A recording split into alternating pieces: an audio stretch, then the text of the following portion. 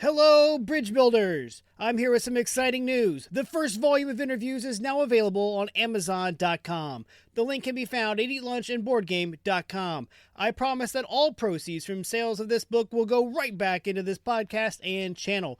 Whether that is new and better audio equipment for the podcast or video equipment for the YouTube channel, or even more games to review, the money will not be wasted. Click over to Amazon and get your copy of Eat Lunch and Board Game The First Course today. And thank you for supporting the show.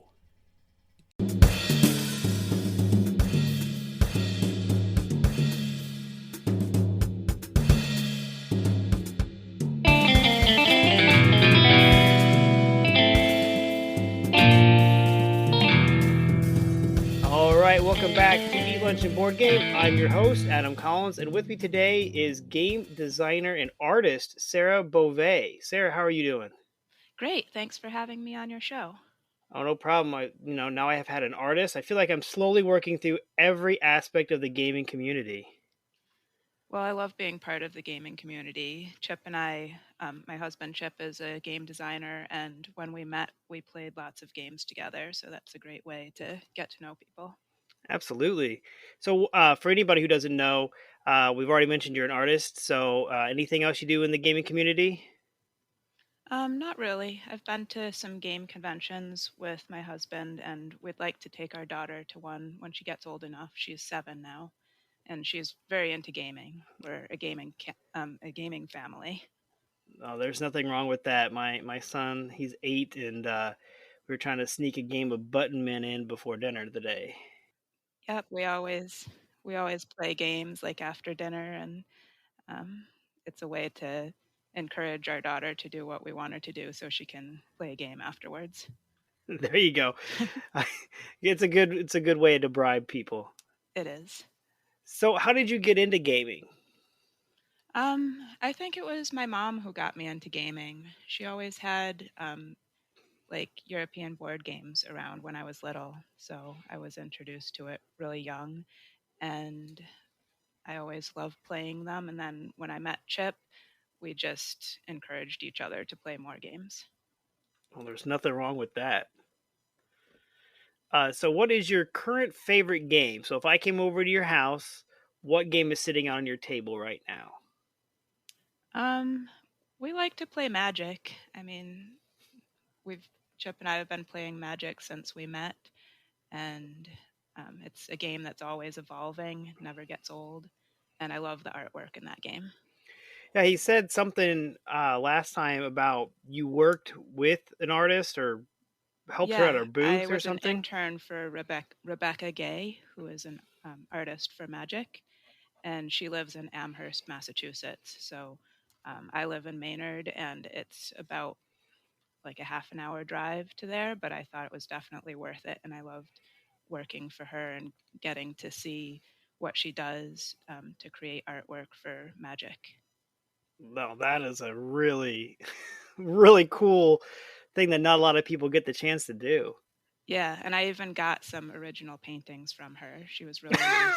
And like on my birthday, she'd let me pick something out.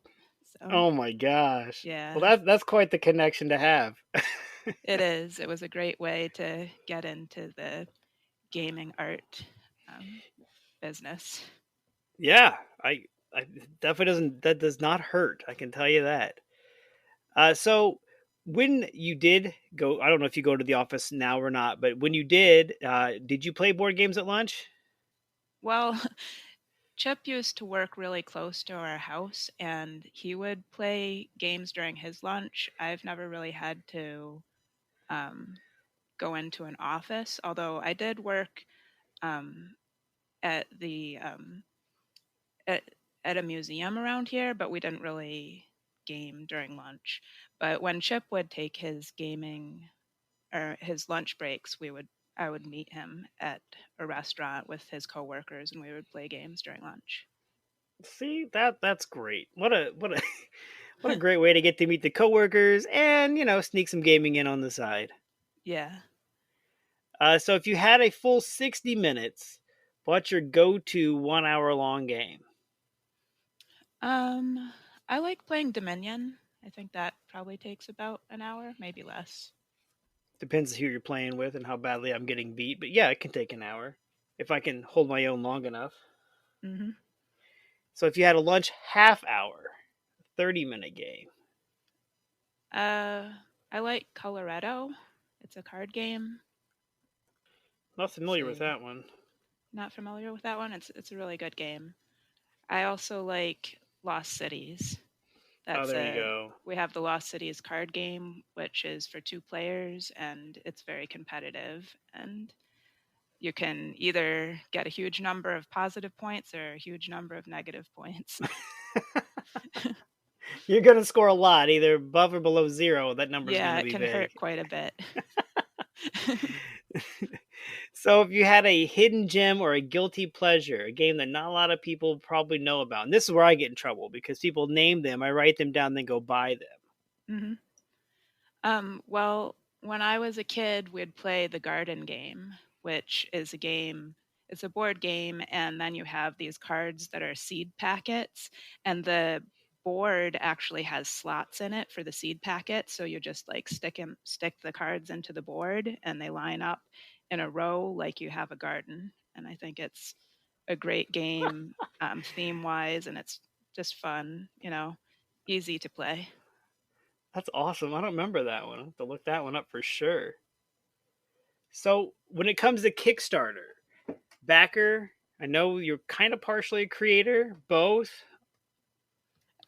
Yeah, mostly I've created for Kickstarter, but I haven't gotten into it much. I'm not um like I don't use the computer for a whole lot of things. I'm actually even for my artwork, I like to use old techniques. And so I just am not up on, you know, modern websites, I guess. So Universal Rule is a game I love, and you did the artwork for that, all Yep. the planets. Hmm. And I love, I love Universal Rule. It's one of my favorite games. Did you create all the characters for it too? No, I didn't. I didn't do the characters, just the planets. That's it reminds me a lot of the old Star Trek. Yep, I love Star Trek. There's nothing wrong with Star Trek. I'm actually working on a cross stitch right now of Star Trek because that's how I'm passing my time. That is awesome. Yeah. I've seen a lot of different like books for crafting Star Trek and Star Wars, and I think that's awesome. Yeah, this was a pattern I found on Etsy, which I should not be allowed to go to either. And I was like, "Oh, I can do that one." And so I paid my $5 or whatever it was, and now I'm working on a Star Trek one. That's cool. When Yeah. our daughter was born, one of our friends made her a knitted lightsaber. It was like, Oh my gosh, a soft lightsaber. that's awesome. Yeah. That's crazy. Was it a good one, like a green color or Yeah, it blue? was sort of like a metallic green thread, so or, yarn, so it looked like it Go all was lit out. up. That's awesome. Oh man. So what other games have you done the artwork for? I've done the artwork for John Simontov's Liberation. It's another card game from That's Button the hidden Shy. movement game. Yep. And so that one actually is based in the same universe that I created for Universal Rule. So it shows cities that would be on the planets that I painted previously. So you painted all those planets on like canvas? No, I actually painted them on paper, like a Hmm. acid-free watercolor paper. It's Arches hot press, and um, so what I do is I put acrylic on first, and then if I'm going to use oil, I'd do that on top of the acrylic so that it won't damage the paper. Nice. That's yeah. Liberation's another one of my favorite ones with the hidden movement aspect. Yeah, I guess I never put two and two together that that's in the same pocket universe. They also have the Anthelion, the push pull one. Button Shy is one of my favorite places to go and spend a lot of money as well. Oh yeah, that's good. It's a good place to go lose a lot of money. Yep. Most time I go and buy them all off a P&P arcade, so I lose money slowly, but it's like a constant stream as opposed to the all at once gush. Yep. It's pretty impressive how much Button Shy can sell games. Like they're all card games and they're wallet games, but um, they're so convenient that I think people just collect them and have a big collection of these wallet games. Absolutely, I know I do. I actually have a collection of the files. I need to print them all off and laminate them and cut them out, but I'll get to that eventually. So, are you working on any of them right now? Any new games on the horizon for you? I'm hoping that there will be a like another liberation game. So I'm sort of working on some more planets or some more cities for that. Um, and I'm also working on art for a game by Rachel Brunner called Royal Espionage. And I'm going to be painting hats and headgear for that game. So I really enjoy making series of paintings. And so that's a, you know, painting for games is perfect for making series of artwork.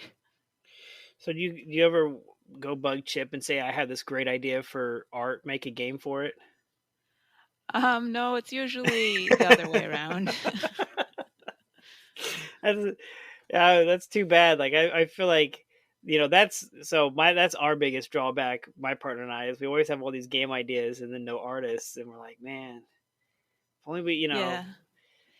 Well, I remember as soon as Chip and I started dating, he was creating games and I would make art for it. And we learned pretty quickly that if a game wasn't polished, I shouldn't make the art for it because, it would just be like an idea of a game and I'd be putting all this time into making art and then it would change so much. Yeah, he's like, so about that. That game is no longer happening. Please Yeah. don't be mad at me.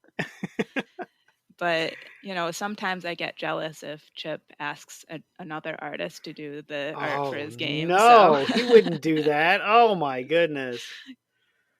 Well, he's got that new one coming up. Oh, the name now escapes me. The jackpot one. right. Did you do the artwork for that one? Jackpot payout. No. Yeah, jackpot payout. Um, I all of my work is very painterly, and they were going for something more like realistic, I guess. Mm. Because my work tends to be more like fantasy, sci-fi, and I like to have a kind of fine art feel to my work. That's what I started in when I went to college for fine art. So That's what I was going to ask you. Did you go to college for art? That's yeah, cool. I did. And I like to make things that could be hung up on the wall as artwork. So um, I'm very into the using the medium in a way that you can tell that it's painted. You paint like big giant murals on the walls of your house. I have some 3 foot high paintings that I've done on my walls here. Yeah, I always go to people's houses and they have this big mural painted or this big like somebody did like a big tree on their wall and like all the got the leaves and like made the leaves on the tree and I'm like, yeah, I don't have that kind of time or patience. Yeah. Like, I had a friend that when she had a baby, she asked me to do a mural on her wall. So I did, but it was just Winnie the Pooh. It wasn't like something original. It wasn't some big giant space scene. No, but that would be pretty awesome. Trust me, your baby's gonna love it. Yeah. Or be terrified, I'm not sure which, but that's awesome. So went to college for art and get to do art for board games. Sounds like, hit the nail on the head there. Yeah. I've always been into art. My dad was an architect and he taught me how to paint, starting out with watercolor. And then when I went to college, I learned to use acrylic and oil. And so I started out in fine art and then I moved into illustration after that, where I learned other media for illustration. So, you know, colored pencils and pastel and all that. But yeah, I started out working on canvases and moved towards paper for illustration. Nice. My mom, I'm sure, still has some of my art from grade school because that's what moms do. Yep, my mom does too. Sort of piles up around the house. Like, you can go ahead and get rid of that. No, no, I love this one. Now my mom has this horrible pot I had to make, and like a coil pot that we had to make for art Yeah, I think class. we all had to do that.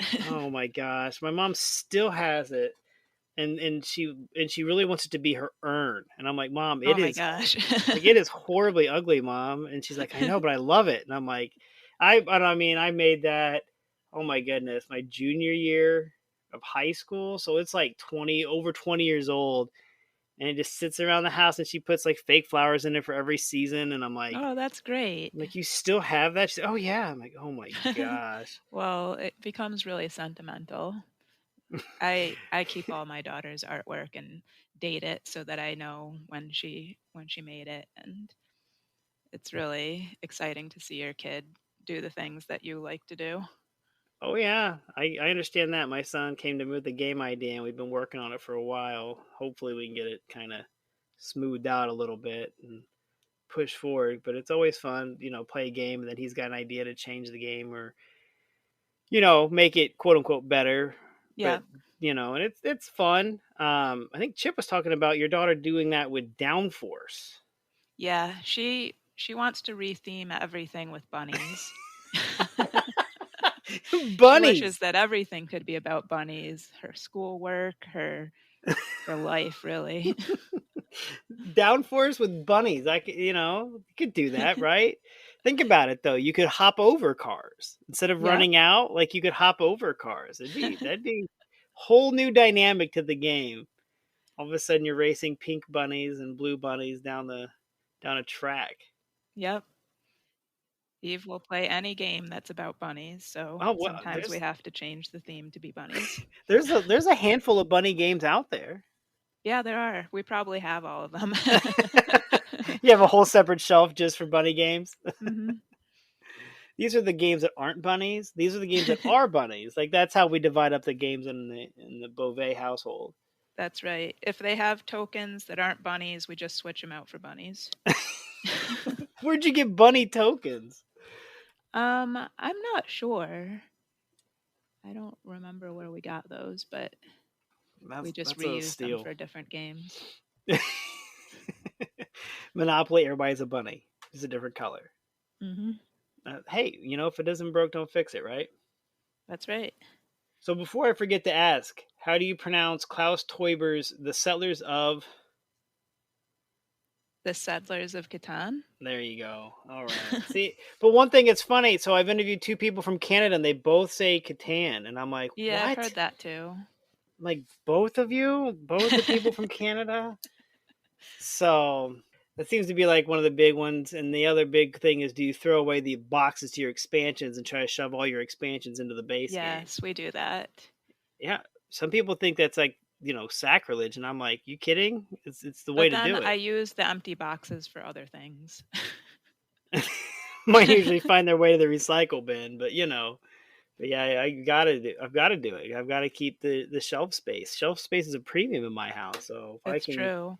I If can we keep don't all the play a boxes, game for yeah. a while, it goes up to the attic, unfortunately. And if we Ooh. want to keep the game in the game room, we have to play it. So if we see it in the box that's going up to the attic, we have to take it out and play it right away. Quick, let's throw down the game of Uno before we lose the deck to the attic. Yep. That's a good way to look at it. What was it they said? Like, take all your clothes that you hang up and hang them up backward, like hang up the hanger the other Oh way. yeah, And I've heard of that. yeah, and if you don't wear it by the end of the year, throw it out. Hmm. The end of the year, you're just piling on clothes. I need 10 layers. Even if we haven't played it in a year and I don't like it that much, if I see it go into that box, I have to really consider it. Do I play it or do I let it go to the attic to never be seen again? Yeah. And we've got a basement shelf like that, and my son and I try very hard to stick with the games that are up on the main floor, but every now and then we go to the basement and we're like, okay, let's take this one up and play it some more, and then it stays up here, and then now my game shelf is stacked almost to the ceiling. I'm like, yeah, we should probably go back through this and figure out what needs to go to the basement. We have that problem too. I don't know if it's a problem as much as just an inconvenience. All right, well, Sarah, I'd like to thank you for being on the show today, and I hope you had fun. Yes, I did. Thanks a lot. And if people wanted to reach out to you, how can they do that? I have a website that's thefairycircle.com, and it has information for getting a hold of me on there. I'll put that in the show notes for everybody. And if you want to reach out to me, as usual, you can find me on Facebook at facebook.com/eatlunchandboardgame, or send me an email at eatlunchandboardgame@gmail.com. And remember, board games build bridges.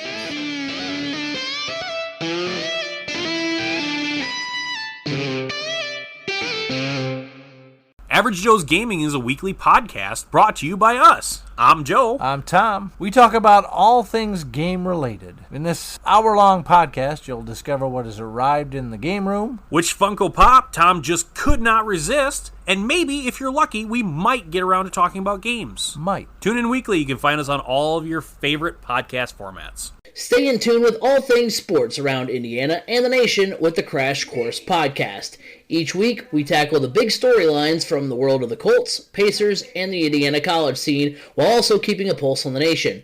We record live weekly at twitch.tv/3C Media and can be found on YouTube, Apple Podcasts, Google Podcasts, Spotify, wherever podcasts can be heard, you can catch the Crash Course Podcast. When you're gaming, why not be comfy? Go over to supportplayer.org. Click on the cards, pieces, and dice to get some merch. These t-shirts are some of the most comfortable I have ever worn. That's supportplayer.org, and there's a link on eatlunchandboardgame.com.